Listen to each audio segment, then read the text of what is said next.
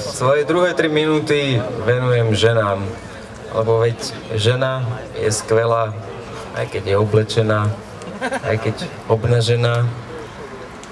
Ako tamto mimozemský krásne dievča, čo tak už zo pár minút v spleti mojich myšlienok leží a mne by bolo potešením aspoň deň s ňou prežiť. Veď kto vie, odkiaľ prišla, čiernovlasá slečna, že by z inej galaxie, možno z nekonečna.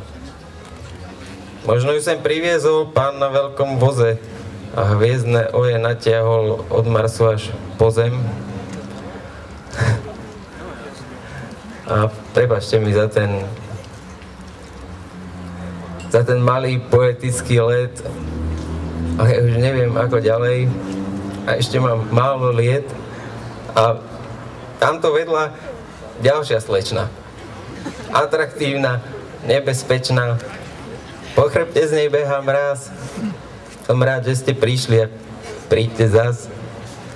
A to telo od prírody kopce aj doliny a ja vrátim všetko opäť radšej do formálnej roviny. Ja skrátka milujem ženy. Ja milujem ženy pre ten pocit blažený, keď v mesačnom svite pri sebe spíte, šťastný, unavený. Ja milujem ženy a bývam nadšený, keď to telo jak delo už má to, čo chcelo.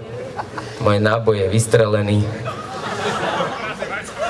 Ja milujem ženy, Zuzky, aj Zdeny, Hanky, aj Katky. Život je krátky a mrhať s ním nemá ceny.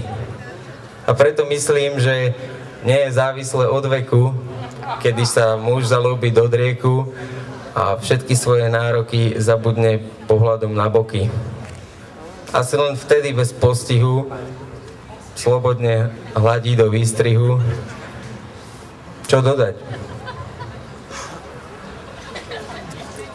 Sme to my muži. Každý z nás potichu túži pohľadiť môžky tenké, keď pritisne sa k lenke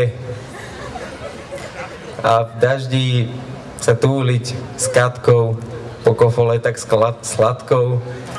Len má to jeden otáznik, že či z toľkých žien sa nezbláznim.